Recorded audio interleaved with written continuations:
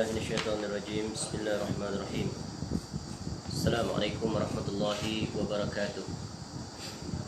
إن الحمد لله نحمده ونستعينه ونستغفره ونعوذ بالله من شرور أنفسنا ومن سيئات أعمالنا. من يهده الله فلا مضل له ومن يضلل فلا هادي له. وأشهد أن لا إله إلا الله وحده لا شريك له وأشهد أن محمدا عبده ورسوله. يا أيها الذين آمنوا اتقوا الله حق تقاته ولا تموتن إلا وأنتم مسلمون. يا أيها الناس اتقوا ربكم الذي خلقكم من نفس واحدة وخلق منها زوجها وبث منهما رجالا كثيرا ونساء واتقوا الله الذي تساءلون به والأرحام إن الله كان عليكم رقيبا. يا أيها الذين آمنوا اتقوا الله وقولوا قولا سديدا يصلح لكم أعمالكم ويغفر لكم ذنوبكم ومن يطع الله ورسوله فقد فاز فوزا عظيما. أما بعد فإن أصدق الحديث كتاب الله وخير الهدي هدي محمد صلى الله عليه وسلم وشر الأمور محدثاتها وكل محدثة بدعة وكل بدعة ضلالة وكل ضلالة في النار. Allah inna nas'aluka ilman nafi'ah. Ya Allah, kami memohon kepada Engkau ilmu yang bermanfaat, wa rizqan thayyibah, dan rezeki yang baik, wa amalan mutaqabbala, dan amal yang diterima. Alhamdulillah, kita bersyukur kepada Allah Subhanahu wa taala. Allah memudahkan segala urusan kita dan Allah meluangkan waktu untuk kita dapat kembali bertemu pada malam ini untuk kita menyambung kuliah kita dengan mengambil faedah dari kitab kecil yang bertajuk Agar Selamat Daripada Godaan Syaitan, disertai 20 resip penangkal, iaitu Kaifa Tanju Min Makaidish Syaitan, iaitu yang memuatkan dua perbahasan yang paling utama, kemudian diikuti dengan perincian-perinciannya, di mana kita masih berada pada bab yang pertama, iaitu di bawah tajuk Syaitan dan Tipu Dayanya. Dan kita berada pada bahagian G, iaitu di bawah tajuk tipu daya dan perangkap-perangkap syaitan, yang memuatkan 16 jalan atau perangkap-perangkap yang dipasang oleh syaitan untuk memalingkan kita daripada jalan kebenaran, memalingkan kita daripada jalan yang diperintahkan oleh Allah dengan melakukan perkara-perkara yang dimurkai oleh Allah Ta'ala. Baik, kita lihat jalan yang seterusnya iaitu perangkap syaitan yang ke-10. Yang ke-10 pada muka surat 44, di mana perangkap yang ke-10 dia bertajuk berhukum dengan hukum selain Allah Ta'ala. Di mana didatangkan di sini dalil Allah Ta'ala berfirman dalam surah An-Nisa ayat 60, A'udzubillahi minasyaitonirrajim. Alam tara ilal ladzina yaz'umuna annahum amanu bima unzila ilaik wa ma unzila min qablik yuriduna an yatahakamu ila at-taghut wa qad umiru an yakfuru bih wa yuridu asyaitanu an yudillahum dalalan ba'ida. Apakah kamu tidak memerhatikan orang-orang yang mengaku dirinya telah beriman kepada apa yang diturunkan kepadamu dan kepada apa yang diturunkan sebelum kamu? Mereka hendak berhakim kepada Taghut, yakni sesembahan selain Allah, padahal mereka telah diperintah mengingkari Taghut itu, dan syaitan bermaksud menyesatkan mereka, yakni dengan penyesatan yang sejauh-jauhnya. Baik, ini adalah perangkap yang ke-10 atau seruan syaitan kepada orang-orang yang beriman agar mereka menukar hukum Allah Ta'ala itu dengan hukum selain daripadanya. Ya, satu hukum buatan ciptaan manusia yang tak disyariatkan, bahkan dilarang oleh Allah Ta'ala. Ya, sebagaimana kita mengetahui bahawa ajaran Islam ini dia datang dengan 3 perkara: ajaran, aturan, dan hukum, untuk mengurus segala kerja buat seorang hamba dari sisi penegakan ubudiyah hanya kepada Allah, iaitu bagaimana dia menegakkan peribadatannya kepada Allah Ta'ala yang kita kenali sebagai hablum minallah, dan yang keduanya adalah bagaimana ajaran, aturan, dan hukum yang Allah telah tetapkan dari jurusan hubungan sesama manusia dan alam sekitarnya, yang kita panggil sebagai hablum minan nas. Dan hukum ini semuanya telah tertera lengkap sempurna di dalam ayat-ayat Al-Quranul Karim dan hadis-hadis Nabi sallallahu alaihi wasallam. Ya, sebab itulah Allah memerintahkan ya apa saja perkara yang berkaitan dengan hukum hakam, sama ada yang berkaitan dengan hak-hak Allah Ta'ala, begitu juga hak-hak yang berkaitan sesama manusia, hendaklah diadili dengan apa yang telah Allah turunkan. Ya, di mana di sini didatangkan ayat ini.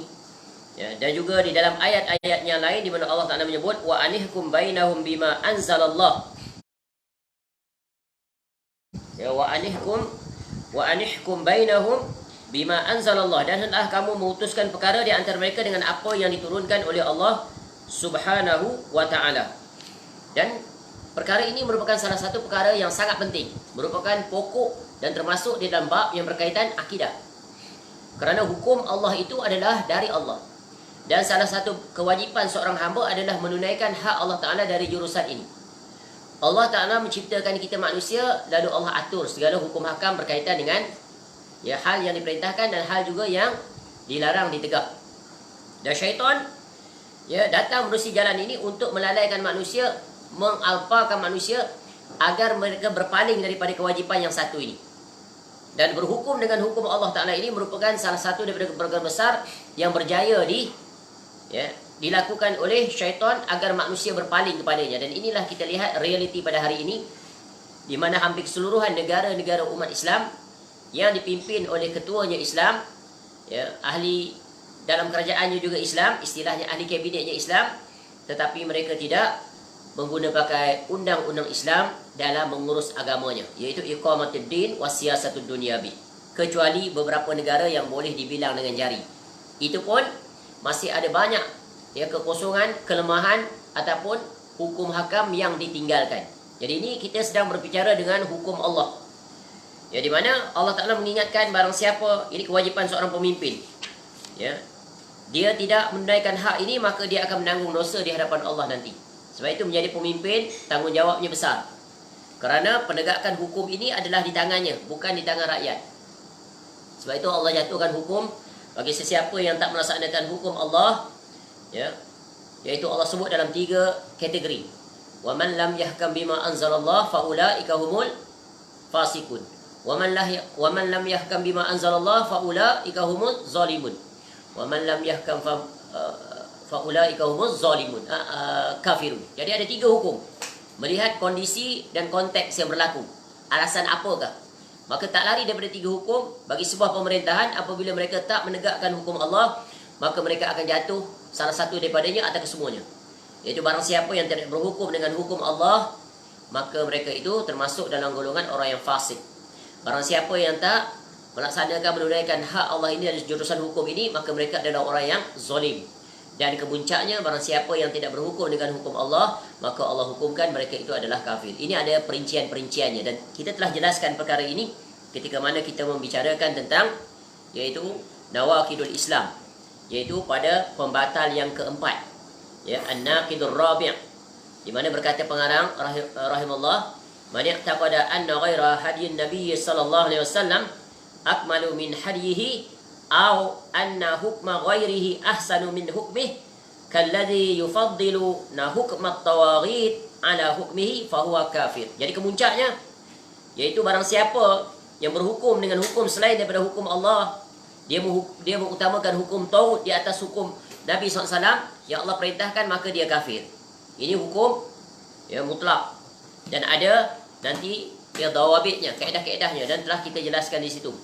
Di bawah situasi apakah yang boleh menyebabkan seseorang itu, iaitu pemerintah, boleh jatuh ke dalam kekufuran ketika mana mereka itu tidak menegakkan hukum Allah. Dan banyak sekali ayat yang menjelaskan perkara ini. Contoh Allah sebut dalam surah Al-Ma'idah ayat 50 tadi, ya, ataupun dalam surah An-Nisa ya ayat 65. Fala wa rabbika la yu'minuna hatta yuhakkimuk, ya, hatta yuhakkimuka fima syajara bainahum thumma la yajidu fi anfusihim harajan mimma qadaita wa yusallimu taslima. Maka demi Tuhanmu, mereka tidak beriman sebelum mereka menjadikan engkau, yakni Muhammad sallallahu alaihi wasallam, sebagai hakim. Mana yang menjatuhkan hukuman, menentukan keputusan dalam perkara yang mereka perselisihkan, sehingga kemudian tidak ada rasa keberatan dalam hati mereka terhadap keputusan yang telah engkau berikan, dan mereka menerima dengan sepenuhnya. Ini kita berbicara dengan hal yang berkaitan kewajipan menegakkan hukum, ya, bagi negara yang dipimpin oleh pemimpin. Ada satu lagi yang sering kita dilalaikan oleh kebanyakan manusia, iaitu hukum yang wajib dia tegakkan. Setiap individu wajib menegakkan hukum Islam pada dirinya dan ahli keluarganya. Apakah hukum itu? Iaitu hukum menjaga diri dan ahli keluarganya daripada azab api neraka. Ya ayyuhalladzina amanu qu anfusakum wa ahlikum nara. Mana ayat ini? Ayat ini sebagaimana kata Sayyidina Ali radhiyallahu an, sebagaimana yang dinakalkan oleh Al-Imam As-Suyuti rahimahullah dan kitab tafsirnya Ad-Durrul Mansur, ya, di mana berkata Sayyidina Ali radhiyallahu an, "Allimu anfusakum wa ahlikum al-khair wa adibuhum." Ajarilah diri kamu dan ahli keluarga kamu, yaitu al-khair, yakni agama, al-Islam, yang terdiri daripada Islam, iman dan ihsan, dan cabang-cabangnya serta kebaikan, iaitu adab. Jadi ini adalah perkara hukum Allah Ta'ala yang wajib ditegakkan. Ya, barang siapa yang tidak menegakkan hukum ini, maka dia telah mengundang kemurkaan Allah Ta'ala. Akibatnya ke mana nanti? Dia akan dihumbankan ke dalam neraka. Sebagaimana surah At-Tahrim tadi, Allah perintahkan jaga diri ahli keluarga daripada azab api neraka. Jadi itu secara skala kecil, daripada individu sampai ke bernegara, masing-masing memiliki kewajipan. Dan sungguh untuk mengatur urusan umat manusia ini, maka wajib ditegakkan hukum Islam. Dan pemimpin mereka tak akan lepas daripada kewajipan ini. Maka hendaklah mereka berusaha. Tidak mampu melakukan semua, hendaklah mereka memiliki niat dan usaha menegakkan agama itu yang berada di bawah kemampuan mereka. Jangan mereka mengutamakan hukum manusia dan menganggap hukum manusia itu lebih baik, lebih superior daripada undang-undang dan hukum Allah. So ini, jika memiliki i'tiqad seperti itu, maka boleh menyebabkan mereka kufur, keluar daripada agama. Ini perkara yang sangat besar. Ya, jadi berhukum dengan hukum selain Allah adalah salah satu misi utama syaitan, dan dia telah berjaya di jurusan ini. Sebagaimana yang kita sebut, kebanyakan negara-negara umat Islam tidak lagi menegakkan hukum Allah. Mereka menggantinya dengan hukum ciptaan manusia. Dan yang lebih ironinya, mereka mengambil hukum-hukum orang-orang kafir, penjajah yang meninggalkan negara itu, mereka ikut membuta tuli. Padahal hukum itu tak dapat menyelesaikan masalah yang mereka hadapi. Bahkan makin bertambah, makin kronik masalah yang mereka hadapi. Kita ambil contoh saja. Contoh, hukum terhadap pelaku-pelaku jenayah seperti mencuri, membunuh, menipu, seolah-olah ia tak terkawal. Seolah-olah undang-undang cipta manusia, memang undang-undang manusia itu tak akan dapat mengawalnya. Kenapa? Sebab pada undang-undang manusia itu banyak kelompongan, banyak kelemahan, boleh disalahgunakan. Ya, yang asalnya undang-undang itu berdiri di atas prinsip, ya, prinsip apa? Ya, prinsip keadilan. Namun apabila undang-undang itu dari manusia dan dilaksanakan oleh manusia, apatah lagi manusia itu tak berpaksikan tauhid, dosa dan pahala, maka berlakulah apa yang berlaku. Kita lihat bagaimana undang-undang yang diguna pakai kadang-kadang banyaknya menzolimi orang-orang bawahan, orang-orang yang tidak berpangkat, orang-orang yang tidak bergelar, orang-orang yang tidak glamour, orang-orang yang bukan masuk dalam kelompok popular selebriti. Ya, yang menjadi mangsa siapa? Orang-orang yang tidak berada di kelompok itu. Kita lihat realiti menunjukkan betapa orang-orang marhain itulah yang dizolimi dengan undang-undang yang ada. Namun jika ada undang-undang Islam, semuanya akan diadili dengan saksama. Betapa berjayanya syaitan dari jurusan ini. Maka sebab itu kewajipan untuk melakukan perubahan, ya, hendaklah setiap Muslim memiliki niat, ya, untuk melihat perubahan, supaya satu hari nanti hukum Islam ini tertegak di dalam negaranya, tempat dia hidup, warga negara bagi negara tersebut. Dan apa yang perlu dia lakukan untuk mengharap pemerintah berubah? Tentu di luar kawalannya. Kita tak boleh kawal mereka itu. Apa yang boleh kita lakukan terhadap diri kita? Tegakkan agama itu, tegakkan hukum itu pada diri dan ahli keluarga kita. Sebab itu rumus yang paling efektif Allah dah ajar. Innallaha la yughayyiru ma biqaumin hatta yughayyiru ma bi anfusihim. Allah tak akan ubah nasib satu kaum itu sehinggalah mereka mengubah nasib yang ada pada diri masing-masing. So, for things to change, we have to change with ourselves first. Start with us, then the rest will follow. Ini prinsip yang banyak diabaikan. Banyak orang mengharapkan pemerintah itu yang melaksanakan hukum. Siang malam mereka, ya, berslogan ke sana kemari, berceramah, berorasi dan sebagainya, menggerakkan massa. Tapi lihat, apabila mereka diberikan kekuasaan, mereka bahkan lebih teruk lagi daripada orang yang mereka sarankan supaya ditegakkan hukum. Sebab itu cara penegakan hukum Allah ini adalah dengan apa? Dengan dakwah, ya, setiap orang berubah. Mulakan daripada keluarga. Adapun para pemimpin, maka apa yang perlu kita lakukan? Iaitu kita mendoakan mereka, memberikan saranan dan cadangan, mengingatkan mereka, ittaqillah, takutlah kepada Allah. Jangan kamu tertipu daya dengan syaitan yang nanti kamu akan menyesal di negeri akhirat. Kerana apa? Kerana kamu mengikut telunjuk dan bisikan syaitan, ya, sehingga kamu tidak merasa, ya, wibawa atau merasakan izzah untuk Islam itu tegak berdiri dan, ya, mengurus aturan kehidupan manusia. Sebab itu kita lihat di antara hikmah hukum Islam ini untuk menjaga 5 perkara, ya, yang kita pelajari dalam ilmu yang berkaitan dengan maqasid syariah. Nak jaga 5 perkara ini, undang-undang lain tak boleh jaga, melainkan undang-undang Islam. Kenapa? Apa? Kerana Allah yang menciptakan kita. Ya, Allah tak biarkan kita begitu saja. Allah turunkan aturan untuk menjaga kita. Orang yang mengikut undang-undang, dia cukup dengan nasihat dan dakwah dan tarbiyah. Tapi orang yang tak boleh dengan perkara ini, dia mesti dihukum dengan undang-undang. Macam anak kita lah. Ada anak yang dengar kata, jadi tak perlu, ya, gunakan kaedah hukum. Tapi ada anak yang tak dengar kata, berkali-kali melakukan pelanggaran. Maka bagaimana nak aturnya? Dengan hukuman, ya, seperti denda, ya, rotan, ya, boikot dan pelbagai lagi. Itu contoh. Jadi undang-undang Islam nak jaga 5 perkara. Yang pertama, jaga agama. Ya, apabila tidak berdirinya undang-undang Islam, kita lihat apa yang berlaku. Agama tidak terjaga.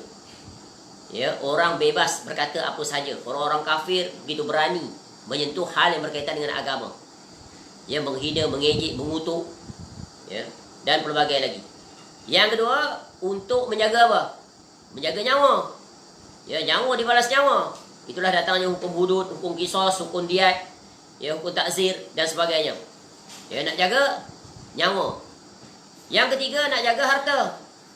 Supaya harta yang kita usahakan itu selamat, tak dicuri. Bila berlaku pencurian, apa perlu dibuat? Kemuncaknya, dipotong tangannya bila terpenuhi syarat-syaratnya. Jadi hukum Islam ni, dia bukan nak menyeksa, tak, bukan nak menzalimi, tapi nak menegakkan keadilan, iaitu dia fokus kepada preventive action. Undang-undang manusia bukan preventif, dia korektif. Berkali-kali, ya, orang akan ulangi perkara yang sama, masuk penjara, keluar penjara, masuk penjara, keluar penjara. Sebab apa? Undang-undangnya tak menakutkan, ya, tak mendidik. Yang keempat, nak jaga, tadi apa? Jaga keturunan.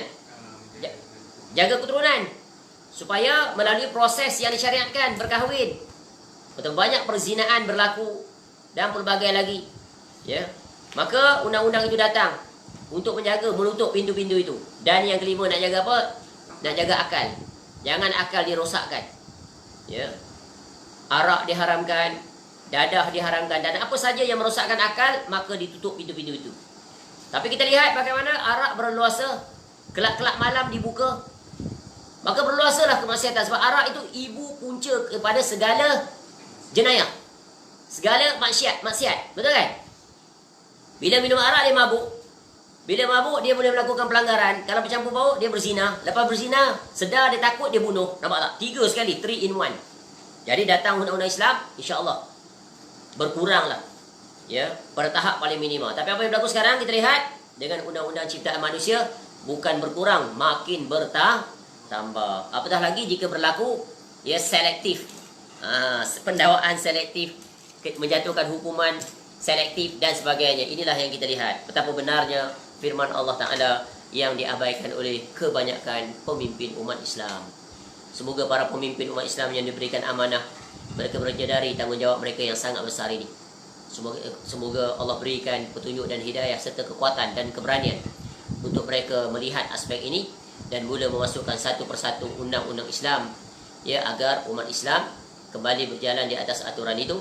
Ya, bukan hanya umat Islam saja yang akan meraih nikmat dan keberkahan, bahkan penduduk satu dunia. Baik. Yang ke-11, syaitan akan masuk menerusi jalan, menghiasi kebatilan sehingga dipandang sebagai kebenaran.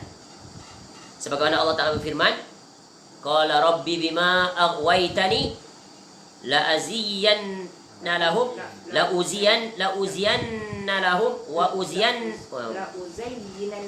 wa la uzayyinanna lahum fil ardi wa la ughwiyannahum ajmain. Ya. Iblis berkata, "Ya Rabbku, disebab engkau telah memutuskan bahawa aku sesat, pasti aku akan menjadikan mereka memandang baik perbuatan maksiat di muka bumi, dan pasti aku akan menyesatkan mereka semuanya." Surah Al-Hijr ayat 39. Jadi di antara misi utama cara syaitan menyesatkan manusia dengan menghiasi perbuatan maksiat sebagai perbuatan makruf. Benda buruk nampak baik, benda baik nampak buruk. Itu banyak ya orang yang tertipu dengan syaitan, tak gemar untuk melakukan ketaatan pada Allah, tak nak solat, ya, menyusahkan, ya, tak nak menutup aurat. Sebab apa? Rimas, panas, macam-macam alasan dia datang. Tak selesa. Apa salahnya kalau free hair? Yang penting hatinya baik. Penting hati dia baik. Ingat orang yang berhijab tu semua baik-baik ke? Mulut laser bukan main. Tak ada insurans dia tu. Tu alasan. Syaitan datang menghiasi. Nampak? Ya. Saya walaupun macam ni, ya, walaupun saya tak solat dan sebagainya, saya tak pernah menyakiti orang. Tengok dia tu. Solat bukan main lagi. Sampai hitam dari. Tapi mulut jahat. Menipu, rasuah. Ya, nama je haji atas kepala. Tapi kaki rasuah. Macam-macam. Ya. Jadi syaitan datang menghiasi dia ni, menipu dia. Ya. Tu. Akhirnya dia pun tenggelam dalam dan menikmati kemaksiatan. Ya, nampak indah. Ya. Jadi syaitan menghiasi perbuatan maksiat itu sebagai perbuatan taat. Apa salahnya kita terlibat dengan riba? Apa salahnya kita bekerja tempat riba? Ya. Kalau tidak orang lain yang ambil tempat tu, posisi tu. Kalau kita tak bekerja di bank riba, nanti orang kafir yang bekerja di bank riba tu, kita nak kerja apa? Tu alasan dia. Nampak tak? Syaitan lagi hiasi, tukar. Riba tu nampak ekstrim, ganas. Dicantikkan, dilembutkan. Jadi, apa dia panggil apa? Bunga. Interest rate. Oh, sedap. Interest. Ada kepentingan. Nampak tak? Tu. Khamar ditukar. Ya, jadi liquor. Nama pun sedap. Ya, khamar. Ya. Tu nampak? Macam apa lagi? Contoh lain. Ada satu istilah tadi. Contohnya macam berzina. Mana ada surat khabar ditangkap kerana berzina? Ada? Ada surat khabar? Dia kata apa? Sumbang mahram, berkhalwat. Apa lagi? Persetubuhan haram. Sebut dah zina, tu istilah syar'i. Baru nampak buruk tu. Buruk tu perkataannya Allah tetapkan tu dah nampak buruk. Menakutkan, memandukan. Tak. Ya, ditangkap berdua-duaan di tempat gelap. Oh, nampak sedap bunyi. Ya, maksiat jadi indah. Tu syaitan berjaya tak? Berjaya. Ya. Cuba sebut anak zina. Ni tak sebut anak luar nikah. Apa benda anak luar nikah? Ya, anak zina sebut istilah itu. Supaya orang nampak perkara itu adalah keji. Ya, perbuatan fahsyat wal munkar. Nampak syaitan berjaya tak? Berjaya. Syaitan pula hiasi. Ya. Biar apa-apa asal bergaya. Berhutang lah orang Islam. Sepanjang hayat sampai mati. Syaitan menipu. Ya, akhirnya tersibukkan dengan urusan dunia untuk bayar hutang. Siang malam. Kerja 24 jam. Akhirnya tinggalkan kewajipan. Tak nak pergi kuliah, tak nak pergi masjid. Ya, rumah nak beli kitab tak nak. Sebab apa? Dia akan bayar hutang banyak. Tak ada langsung. Nampak syaitan betapa banyak manusia yang ditipu oleh syaitan. Sebab itu kita kena tahu liciknya syaitan ini. Dia menghiasi kebatilan dengan perkara-perkara yang indah dipandang mata. Memang begitu. Nanti Dajjal tu, saudara pada syaitan tu. Macam tu lah perangai dia, betul kan? Menghiasi. Ya. Kerja, macam di pekerjaan. Tempat bekerja, kita dah tahu tempat kerja tu maksiat dan sebagainya. Tapi kita datangkan berbagai alasan untuk tetap. Sebab apa? Kita tahu dah benda tu ada syubhat. Dia terlibat dengan kristianisasi. Tak datangkan pelbagai syubhat untuk menghalalkan pekerjaan dia. Padahal dah terang jelas. Nabi SAW sebut dah. Ya. Yang haram jelas. Yang halal jelas. Yang syubhat itu sama-sama. Kena selamat. Sebab dia akan membawa kepada perkara yang haram. Tak. Tapi demi tertipu dengan syaitan, tipu dayanya, maka redah semacam ni. Dia pun bercakap, datang pelbagai alasan. Tu. Jadi menghiasi kebatilan sehingga dipandang sebagai kebenaran. Macam itulah Yahudi. Tangkap ikan hari Sabtu. Tangkap ikan dilarang hari Sabtu. Nampak tak? Tahan hari Jumaat, ambil hari Ahad. Helah dia. Dia nampak perbuatan dia tu tak salah. Nampak tak? literally. Dia kata, bukan aku mancing satu. Tapi akal dia tu hela. Jadi jangan jadi seperti syaitan. Dia mendatangkan untuk menghalalkan yang haram, untuk menghalalkan yang syubhat. Ya. Sebab itu manusia ni banyak gagal di jurusan apa? Iaitu di jurusan nikmat dunia. Bila Allah uji mereka dengan nikmat dunia, sebab tu Nabi SAW khawatir. Nabi SAW tak khawatir umatnya tentang kefakiran. Yang dia khawatir apa? Bila dia bentangkan dunia pada mereka, maka hancurlah mereka itu. Kecuali sedikit yang selamat. Ini bukan sabda Nabi SAW, ini tambahan syarat. Semoga Allah Ta'ala menjauhkan kita daripada tipu daya syaitan. Sebab itu kita kena ada perspektif yang tepat tentang apakah dia kebenaran dan apakah dia kebatilan. Supaya kita berada di atas kebenaran. Dan kebenaran adalah perkara yang paling sulit untuk kita berjalan di atasnya. Sebab dia adalah ujian. Ya, ujian untuk tetap istiqamah di atas kebenaran dan bersabar meninggalkan kemaksiatan dan kebatilan adalah perkara yang paling sulit. Ya. Baik, yang ke-12. Yang ke-12 adalah menyakiti manusia. Ini syaitan menerusi jalan ni, nak sakiti manusia. Ya. Sebab itulah ya, Nabi SAW mengajar kita aturan kehidupan dengan berdoa dan berzikir serta membaca ayat-ayat Al-Quran supaya tak disakiti oleh syaitan. Syaitan menyakiti manusia ni menerusi dua jalan. Ya, menerusi manusia, tentera dia manusia, dan lagi satu tentera dia jin. Dan syaitan daripada jin, minal jin nati wan nas. Ya. Jadi menyakiti manusia ni ada yang nampak, ada yang tak nampak. Dan Allah Ta'ala telah mengajar kita untuk berinteraksi yang tak nampak dan yang nampak. Yang nampak senang, musuh yang nampak senang, manusia yang jahat kita nampak. Tapi yang tak nampak ni yang sulit. Lalu Nabi SAW mengajar ya bagaimana untuk kita menghadapinya. Di sini contoh diberikan tentang kisah Nabi Ayub alaihissalam. Lihat Nabi Ayub alaihissalam. Ya, bagaimana Allah mengujinya. Dia dah bagi contoh pada kita bahawa syaitan tak lepas juga daripada godaan syaitan. Bukan godaan, daripada kejahatan syaitan. Namun kejahatan syaitan itu akhirnya terkalahkan. Dia pasti akan terkalahkan. Ya, apabila berjalan di atas aturan Allah Ta'ala.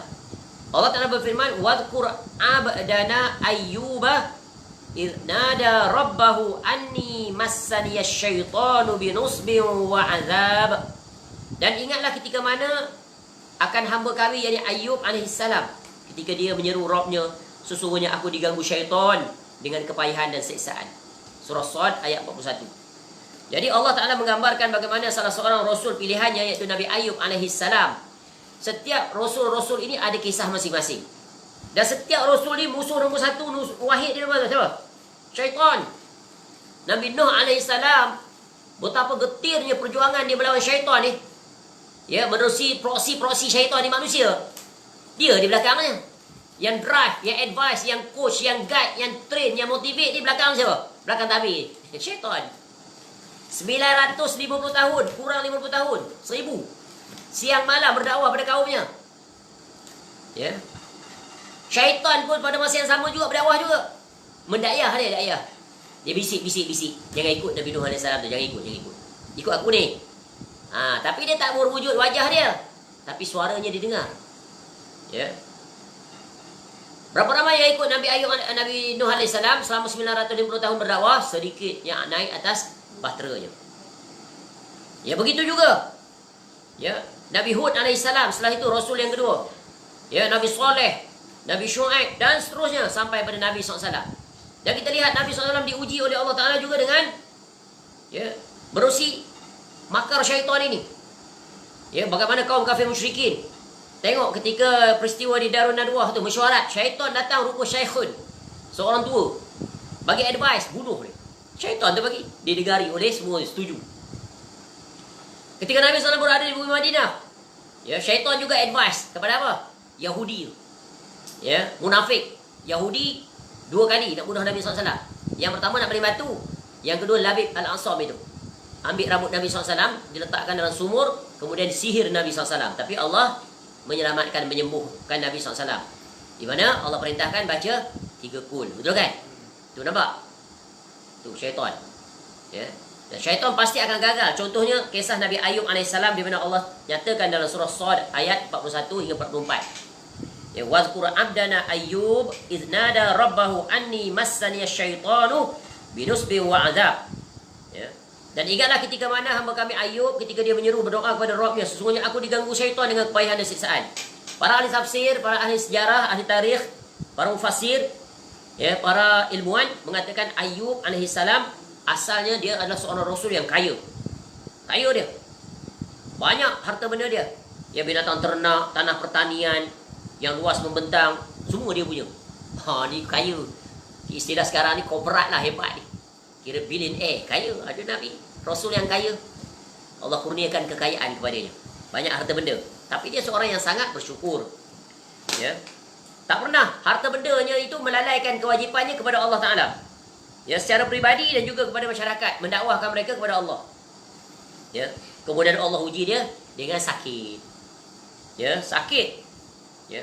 Namun, walaupun dia dalam keadaan yang sakit yang parah, tapi lisan, ya, ucapannya sentiasa ingat berzikir kepada Allah, hatinya sentiasa hidup. Ya, dia diuji. Hingga akhirnya dia tinggal dengan isteri dia saja. Semua orang menjauhkan dia. Harta dia semua hilang. Satu persatu Allah ambil. Nampak tak? Jadi orang-orang yang diuji dengan seperti itu di sepanjang zaman, ketika kamu diuji seperti itu, ingat berat lagi musibah yang dihadapi oleh Nabi Ayub alaihissalam dan isterinya dan keluarganya. Ya, dan dengan kesabarannya itu, ya, selama para mufassir menyebutkan berapa lama ni Nabi Ayub alaihissalam diuji oleh Allah, iaitu selama 18 tahun. Lama tak sakit 18 tahun? Lama. Ya. Ibarat orang duduk di hospital lah. Hospitalized 18 tahun. Ya, atau terbaring di rumah 18 tahun. Siapa boleh bersabar dengan orang yang sakit selama 18 tahun? Mereka orang yang paling dekat dengannya, isteri atau suami. Itu pun belum tentu. Jadi hebat tadi isteri Nabi Ayub AS, bersabar dia. Dia bersabar dengan suaminya. Baik, akhirnya apa dia? Sebab kesabaran itu maka Allah sembuhkan. Bagaimana cara Allah sembuhkan? Tak masuk akal. Kalau ikut ilmu kedoktoran tak masuk akal. Tapi ikut nakal wahyu Allah, akal masuk ke tak masuk? Imani. Ini jurusan apa? Iman, bukan akal. Ada perkara yang tidak boleh diakal-akalkan. Sebab akal tak boleh masuk dalam urusan itu. Sebab dia perkara ghaib. Akal ni dia cuma capai apa yang dia dicapai oleh panca indera. Panca inderanya yang 6 ni, six sense.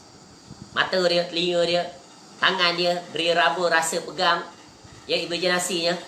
Tapi yang tak boleh dia gambarkan, dia buat macam mana pun nak bawa gambar tak nampak dia.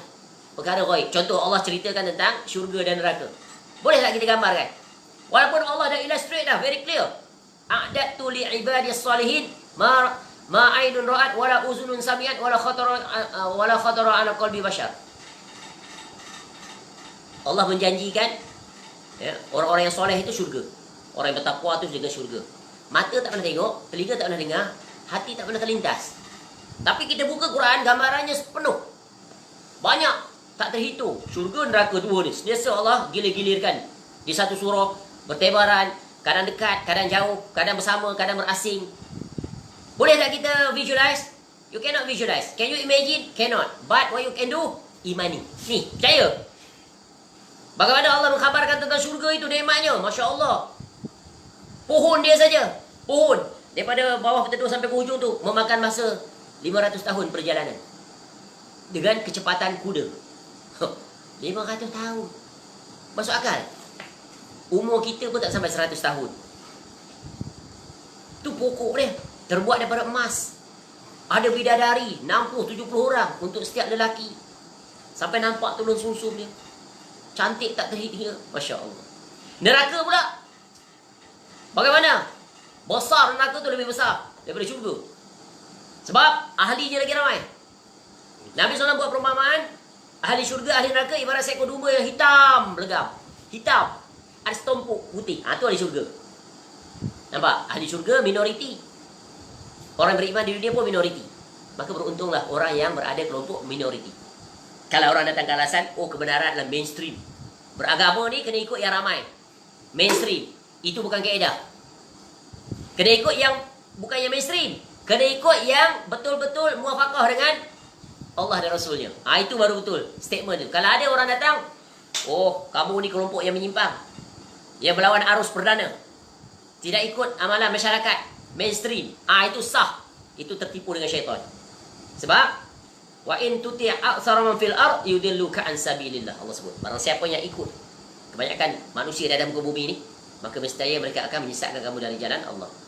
Jadi ingat, kebenaran bukan diukur dengan ramainya. Islam tak kenal kaedah ramai. Islam kenal kaedah, iaitu al-jama'atu ma wafaqal haq wa in kunta wahda. Jamaah itu adalah kamu berada muwafaqah di atas kebenaran walaupun kamu seorang. Nampak? Rare dia kira apa, dia kira collection yang rare istilahnya. Valuable tak? Highly valuable, betul kan? Rare, nadir, tu dia. Nadir dari kebenaran. Tengok ni. Bagaimana Allah setelah memuji Nabi Ayub AS sekitar 18 tahun dengan sakitnya itu, sehingga hilang segala nikmat yang dia raih selama ini, kekayaan, harta benda dan sebagainya, dalam sekelip mata hilang, tapi dia tetap mengingati Allah, tetap bersabar. Ini contoh teladan yang agung. Allah perintahkan satu perkara je, iaitu urqut birijlik, hadza mu'tasalun baridun wa syarab. Ya. Istilah bahasa kita, wahai Ayub, hentakkan kaki kamu di bumi ini. Hentak kaki. Tapak kaki tu, hentak. Ya. Kemudian keluar air sejuk. Hasil hentakan kaki dia tu keluar air. Tu mukjizat, betul kan? Allah perintahkan apa? Minum dan mandi. That's it. Sembuh terus. Ilmu perubatan masuk akal tak ni? Tak masuk akal. Kita bersakit daripada pergi hentak kaki. Hentak kaki keluar air. Tak, ini khusus untuk Nabi Ayub AS. Jangan duk bagi petua pula salah satu kaedah ru'yah Islami. Itu kan syaitan berjaya menipu dia. Iaitu hentak kaki. Ya. Walaupun air tak keluar kau hentak. Lama-lama baik tulang pinggang makin bagai. Itu bukan, ini khusus. Ya, untuk Nabi Ayub AS. Ya, hentakkan kakimu, inilah air yang sejuk untuk mandi dan untuk minum. Maka dia kembali kepada ketampanannya yang asal. Handsome. Memang rasul-rasul semuanya handsome. Ya, sebab tak ada celah daripada musuh untuk cari mana kelemahan. Betul kan? Kalau para pendakwah ni selain daripada rasul, ada yang tak handsome. Jadi orang setengah tu nak ikut ustaz tu, ustaz ni, dia tengok tak handsome ustaz dia, aku tak nak ikut lah. Oi, kalau ustaz yang handsome, dia macam artis jadinya. Ini penyakit syaitan tipu ni. Kebanyakan yang ditipu siapa? Para wanita. Tengoklah. Sebab itu para wanita ni mudah sekali dipergunakan, dimanipulate oleh setiap pihak, sesiapa saja yang memiliki kepentingan. Masya Allah, berhati-hati. Ya. Jadi kita ketapai, sebab tu Nabi SAW ajar para wanita ni hendaklah memiliki harga diri. Jaga maruah diri. Ya, jangan terhege-hege. Jangan bahasa kasar yang orang sekarang tergedik-gedik. Kadang-kadang bercakap dengan ustaz bukan main lagi, lembutnya. Macam ustaz tu suami dia. Tu ustaz pula layan lagi. Ini rosak. Sebab tu, ya, Islam perintahkan bercakap tu dengan suara yang kasar, yang tidak melembut-lembutkan suara. Sebab syaitan akan datang dari jurusan para wanita. Sebab dia hiasi wanita itu untuk menggoda manusia. Sebab jalan efektif dua jalan. Syaitan nak menyesatkan manusia, khususnya orang lelaki. Satu, menerusi apa? Menerusi kekuasaan, harta, ya, kedudukan, pangkat. Yang kedua, menerusi wanita. Dan inilah yang banyak menjatuhkan orang lelaki. Yang banyak menjatuhkan atau yang berjaya mengalahkan lelaki. Fir'aun terkalahkan oleh isterinya. Yang waktu tu belum beriman lagi, betul kan? Janganlah bunuh dia bang, istilah bahasa dia. Ya, ambillah dia. Jadi anak angkat kita. Padahal Fir'aun asalnya nak bunuh bayi kecil itu yang nantinya jadi musuhnya, iaitu Nabi Musa AS. Tapi lembut hatinya. Terlupa dia advice daripada tukang ramal dia, mengatakan akan ada nanti lahir bayi lelaki daripada Bani Israel ni yang akan menggugat kerajaan kamu. Tiba-tiba besar dalam istananya. Begitu juga para wanita yang jahat. Iaitu siapa? Ummu Jamil, isteri kepada siapa? Abu Lahab. Tabat yada abi lahabin watab. Tu. Very strong. Dia yang bagi motivasi. Bersungguh dia. Bahkan bersama-sama dengan suaminya untuk mencerca, menghina, menghalang dan pelbagai kerja jahatnya terhadap Nabi SAW. Akhirnya dua-dua tu dirakam dalam ayat tadi. Surah Al-Lahab. Baik, mari. Jadi, ya, Allah selamatkan. Ya, sebab itulah Nabi SAW ajar kita, ya, untuk bagaimana mengalahkan kejahatan syaitan. Contoh, ketika kita keluar rumah umpamanya. Tengok, Nabi SAW ajar apa? Keluar rumah buat apa? Keluar ke kiri, kemudian diiringi dengan bacaan apa? Bismillah tawakkaltu ala Allah wala haula wala quwwata illa billah. Lalu kalau kita baca, berapa kali nak baca ni zikir ini? Sekali saja. Jangan mana-mandai. Baca 3 kali, baca 7 kali, baca 9 kali, baca 11 kali, baca 313 kali. Dia Nabi ke? Kalau Nabi SAW kata baca sekali, sekali saja. Syaitan datang tipu. Baca 3 kali. Baca 7. Dia datang akal dia. 7 ni, angka ganjil. 7 ni banyak keistimewaan. Hari ada 7 hari. Dan bagai-bagai lah dikaitkan dengan 7. Dia pandai buat formulasi. Padahal Nabi SAW formulate je sekali je. Nampak? Syaitan ni, ya Allah, tak ada tempat yang dia tak masuk. Ya, para agamawan ni yang paling banyak kena ni. Tipu daya syaitan dengan cara gayanya. Akhirnya mereka menggezetkan, mereka mengijazahkan. Oh, ini amalan untuk guru saya ni. Ijazahkan untuk selamat daripada COVID. Keluar rumah, baca yang tadi tu. Bismillahirrahmanirrahim. Baca 3 kali. A'udzubikalimatillah 3 kali. Bismillahirrahmanirrahim 3 kali. Wa ja'alna min baini aidihim 7 kali. Macam-macam lagi. Mana dia dapat? Nabi SAW ajar Bismillahirrahmanirrahim tadi sekali.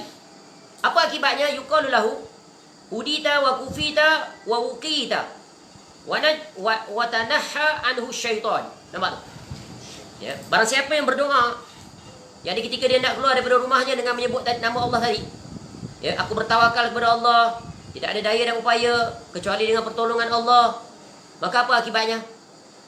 Maka akibatnya adalah dikatakan kepadanya setelah dia baca zikir tadi, kamu telah diberi petunjuk. Tengok tu, keluar ni nanti banyak dugaan, betul kan?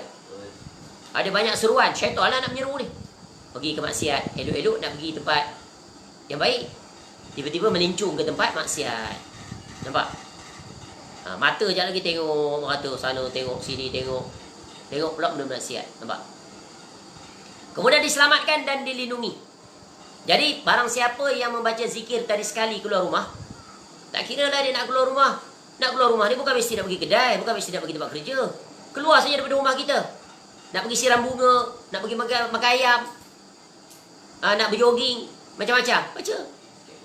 Jangan faham bila keluar rumah ni nak pergi kerja, nak balik kampung. Tak. Keluar saja rumah, mesti baca. Sebab apa? Macam-macam hal boleh berlaku di luar rumah. Betul kan?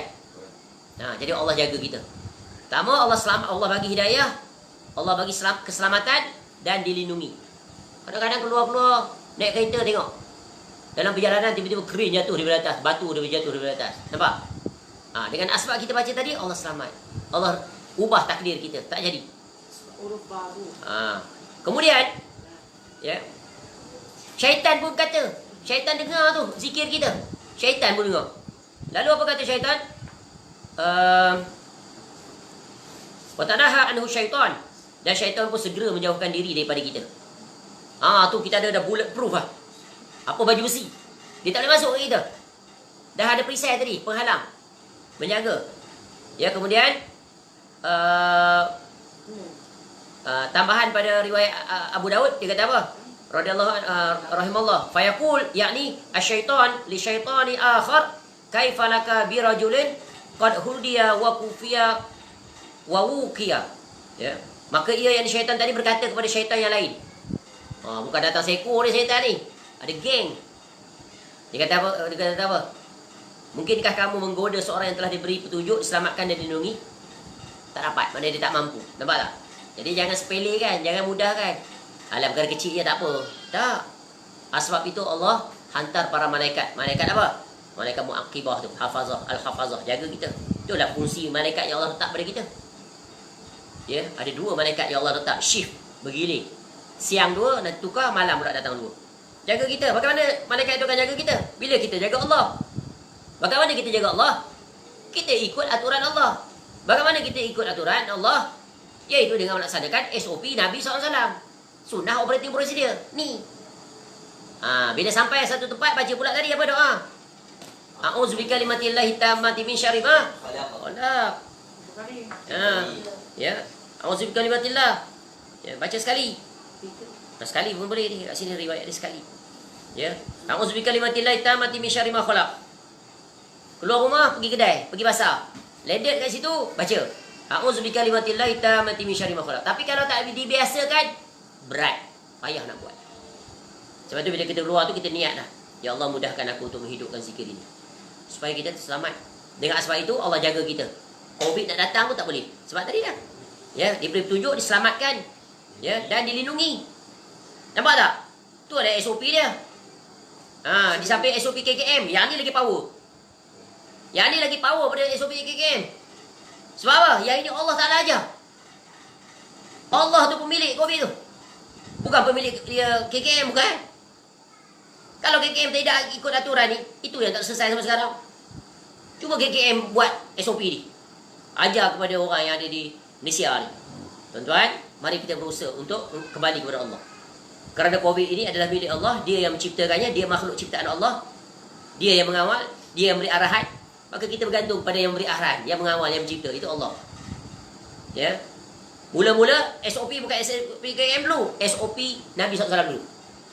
Sebab Nabi SAW adalah wakil Allah Ta'ala, Rasulnya. Letak KKM tu nombor 1. Letak SOP Nabi SAW tak nombor berapa, tak ada nombor. Jadi bagaimana Allah Ta'ala akan selesaikan masalah kita? Wahai manusia, khuliqal insanu dha'if, antumul fuqara'u. Sambung Syekh Abdul. Ya ayuhan nas. Lagi? Ingat tu. Wahai manusia, kamu tu fakir, miskin, berhajat kepada Allah. Allah dia maha kaya, dia maha terpuji. Jangan kamu lepas pergantungan kamu kepada Allah. Bila kamu cari jalan lain daripada jalan yang telah ditetapkan oleh Allah, jadilah apa yang terjadi. Nampak gayanya? Lockdown ni sambung lagi. Kalau angkanya masih begitu, itu sudah dijangkakan. Nampak tak? Terpenjaralah lagi kita di dalam rumah. Bersabarlah. Apa yang boleh kita buat? Tegakkan SOP Nabi SAW dalam diri dan ahli keluarga. Ya, dengan itu kita terselamatkan oleh Allah. Kalau terkena juga, itu adalah telah ditetapkan oleh Allah Ta'ala. Maka apa perlu buat? Bersabar. Dan Allah berikan kita pahala berlimpah ruah. Nampak? Senang tak? Aturan hidup seorang Muslim? Senang. Life easy. Life become beautiful. Life goes on. At the end, nanti tengok. Belajar daripada kisah Nabi Ayub alaihi salam. Di dunia Allah muliakan, di negeri akhirat apatah lagi. Baik, itu contoh. Mana dah kita? Jadi marilah bersama-sama kita menghidupkan SOP Nabi sallallahu alaihi wasallam. Apa dia SOP Nabi sallallahu alaihi wasallam? SOP itu apa makna? Sunnah prosedur. Di samping kita berusaha. Sebab itu ni sebab dan musabab ni. Kalau kita belajar dalam bab akidah, sebab dan musabab. Sebab dan musabab yang berkaitan dengan iaitu apa? Syar'i. SSM tadi sebab musabab kauni. Sebab yang syar'i Allah telah tetapkan. Menerusi apa? Ni, jaga tadi. Menerusi dengan membaca zikir-zikir. Ya, kau percaya ke tak percaya? Proven. Sebab Allah Ta'ala yang menetapkan dia. Itu tak boleh diragui. Barang siapa yang ragu, dia boleh menyebabkan kafir. Kerana Allah yang telah menetapkannya. Tak percaya pada Allah maksudnya. Yang kedua, menerusi jalan kauni. Sama ada menerusi kauni itu adalah yang telah ditetapkan oleh syariat. Contoh Nabi SAW sebut apa? Pada air zam-zam, pada habatus sauda fi syifa. Ada apa? Ada penyembuhan. Nampak tak? Ada preventif. Makan kurma ajwah 7 biji setiap hari, maka insya-Allah terjauhkan daripada sihir. Contoh. Tu yang tetap oleh Nabi SAW. Merusi kaedah apa? Di kaedah makanan alami di istilahnya. Ya, orang panggil permakanan sunnah. Yang kedua adalah menerusi eksperimen, tajribah. Itulah SOP tadi, menerusi eksperimen. Hasil kajian COVID ni dia akan tak efektif kalau kita bercakap, tak tersebar bila berada jarak 1 meter. Datang varian baru pula kena jauh lagi 1-2 meter. Nampak? Itu dibuktikan. Pakai 2 layer, triple layer contohnya. Masya Allah. Yang itu terbukti. Maka kita ikut. Sebab apa? Dia sesuai dengan syariat. Hasil daripada apa? Tajribah, eksperimen, uji kaji dan dibuktikan. Maka kita jalan dua-dua. Tapi jangan lupa nombor 1 tu yang paling utama. Sebab apa? Kita kena ingat, Allah Ta'ala pemilik COVID, bukan KKM. Bukan. KKM buat macam mana pun 3 layer, double layer, kalau kena. Tapi kita ada perisai tadi. Iaitu apa? Baca zikir, baca doa, baca 3 qul, baca ayatul kursi, baca surah Fatihah. Ya, dan yang paling penting apa? Iaitu benar tauhid kita kepada Allah. Yang kedua apa? Iaitu istiqamah dalam melakukan amal-amal soleh. Jangan tinggalkan 2 perkara itu. Iaitu iman dan amal soleh. Jangan ditinggalkan sekali-kali. topik. Ya. Tak boleh salah satu. Memang, tapi yang jangan diunggulkan nombor 2 dengan nombor 1. Mana yang lebih diunggulkan? Nombor satu. Nombor 1. Nombor 2 tu dikira sebagai apa? Usaha manusia. Tapi yang akan menentukan berlaku atau tidak siapa? Allah Ta'ala. Jadi kita bergantung kepada Allah. Dua-dua kena berjalan. Tapi yang paling kemuncak utama lah, iaitu bergantung kepada Allah. Kerana Allah lah pemilik makhluknya. Jadi jangan takut. Takut pada COVID itu takut tabi'i. Tapi jangan takut sampai mengatasi takut pada Allah. Nampak? Jadi barangkali pihak tak payah situ sahabat. Bab tentang solat ni, Masya Allah. Hari ini isu yang orang komplain apa? Hiburan boleh sampai 50 orang, 100 orang. Hairan ni. Wahai para pemerintah, kenapalah kamu buka pintu-pintu kemaksiatan? Masjid pula kamu hadkan 5 orang, 10 orang, 15 orang. Tapi tempat maksiat kamu biarkan sampai berpuluh orang. Kemudian tengok dalam gambar tu langsung tak pakai mask, tak ada penjarakan, main dekat-dekat. Hiburan tu kan mengundang kemurkaan Allah. Bagaimana Allah akan angkat maksiat? Berjaya tak syaitan? Berjaya. Takut ni. Asbab mereka-mereka itu, maka Allah datang tambah lagi azab. Diperlambatkan lagi terangkatnya musibah ini. Sepatutnya para pemimpin pemerintah melarang perkara tersebut. Dan yang melakukannya majoriti semuanya kita lihat orang Islam. Seolah-olah musibah ini tidak memberi kesan apa-apa kepada mereka. Bahkan berani lagi mereka melakukan kemaksiatan. Sungguh ini satu perkara yang sangat mengkhawatirkan, menakutkan. Kerana apa? Mengundang kemurkaan Allah Ta'ala. Wal-iyazubillah. Astagfirullah. Allah musta'an. Mudah-mudahan Allah menjauhkan kita daripada kemurkaan Allah Ta'ala. Baik, rasanya cukup setakat itu dulu. Kita berhenti pada bahagian apa? Bahagian menyakiti manusia. Jadi syaitan menyakiti manusia. Menerusi proksinya atau dia sendiri secara langsung, seperti sihir, kejahatan, kezoliman, penipuan dan sebagainya, menerusi lisan, tulisan, perbuatan. Sebab itulah Nabi SAW ajar kita. Jadi jangan lupa kita menunaikan kewajipan berzikir kepada Allah, atur hidup kita mengikut sunnah Nabi SAW, melakukan perkara sunnah, jauhi daripada perkara bid'ah, istiqamah di atas tauhid, jauhi daripada perkara kesyirikan, kemaksiatan dan seumpamanya. Makin Allah uji kita, makin dekat kita dengan Allah, makin takut kita dengan azab Allah. Itulah yang patut dan wajib kita tanamkan terhadap diri kita kesemuanya. Jangan lalai, jangan alpa. Akhirnya orang menganggap COVID ni adalah bisa tegal biasa. Akhirnya mereka tak peduli lagi, tak hiraukan tentang ketaatan dan maksiatan. Mereka seolah-olah merasa seperti biasa. Ini mengundang bencana dan berbahaya. Semoga Allah menjaga kita daripada perkara-perkara yang merupakan tipu daya halus dan licik daripada syaitan dan terselamatkan daripadanya. Kita memohon kepada Allah sentiasa berta'awuz. A'udzubillahi samii'il 'aliim minasyaitonir rajim. Jangan lupa ketika mana kita tidur, ketika kita selesai zikir solat pagi petang, jangan lupa membaca 3 qul, iaitu isti'azah, memohon perlindungan. Apa makna isti'azah?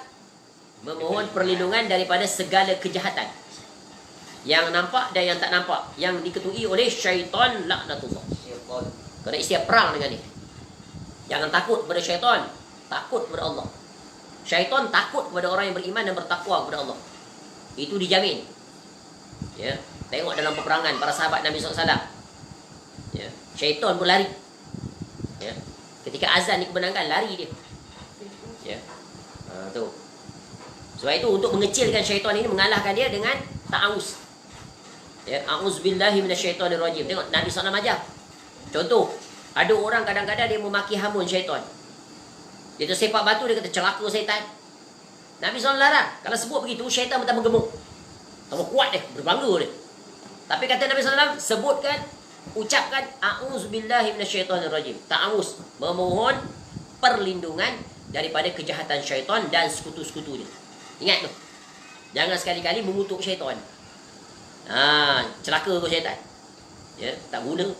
Tak boleh. Sebut tu sebagaimana yang Allah ajar. A'udzubillahi minasyaitonirrajim. A'udzubillahi samii'il 'aliim minasyaitonirrajim. Dan begitulah seterusnya. Semoga Allah Ta'ala menjaga kita, ya, diri kita, ahli keluarga kita, jiran-jiran kita, sampai kepada para pemimpin umat Islam, agar jangan mendengar tipu daya syaitan. Ya, dengarlah apa yang difirmankan oleh Allah Ta'ala, apa yang disampaikan oleh Nabi SAW, dan berjalanlah di atas keduanya. Maka Allah pasti akan menjaga kita. Ya, Allah akan mengangkat segala musibah yang berlaku, kerana semuanya adalah datang daripada Allah dan kembali kepada Allah. Kita ini adalah milik Allah dan kita akan kembali kepada Allah. Ya, kita adalah makhluk. Maka bersifatlah, bersikaplah sebagai makhluk, iaitu menjadi hamba kepada Allah. Jangan jadi hamba selain daripada Allah Subhanahu wa taala. Wallahu a'lam. Mudah-mudahan bermanfaat. Insya-Allah panjang umur kita akan sambung pada poin yang ke-13, iaitu marah dan tergesa-gesa. Ya, ini pintu syaitan yang seterusnya, marah dan tergesa-gesa. Dan marah merupakan bencana. Dan banyak kerosakan-kerosakan, kezoliman, penindasan, penipuan, kemuncaknya pembunuhan akibat sifat marah. Ya. Bercerai-berainya rumah tangga, bergaduhnya adik-beradik akibat apa? Kemuncaknya marah. Sebab itu Nabi SAW pesan, la taghdab, la taghdab, la taghdab. Pendek saja. Jangan marah. Jangan marah, jangan marah. Marah boleh. Marah yang sesuai dengan syariat. Marah yang dilarang di sini adalah marah daripada syaitan, iaitu marah berdasarkan emosi. Hot temper. Itu yang paling berbahaya. Wallahu a'lam. Segala kebaikan semuanya adalah milik Allah dan kita bersyukur di atasnya. Wa ma bikum min ni'matin fa min Allah. Kekurangan, kesilapan, yang mudah-mudahan Allah mengampuni dan memperbaiki seluruh urusan kita. Semoga Allah Ta'ala menghimpunkan kita kesemuanya nanti di dalam syurga Firdaus bersama dengan Nabi SAW. Ma'alladina an'amta alaihim minan nabiyyin was-siddiqin wasyuhada'i was-salihin wa hasuna ulaika rafiqa. Wallahu a'lam. Subhanakallahumma wa bihamdika asyhadu an la ilaha illa anta astaghfiruka wa atubu ilaik. Sallallahu ala nabiyyina Muhammad wa ala alihi washabbihi wasallam. Wa akhiru da'wana anil hamdulillahi rabbil alamin. Assalamualaikum warahmatullahi wabarakatuh.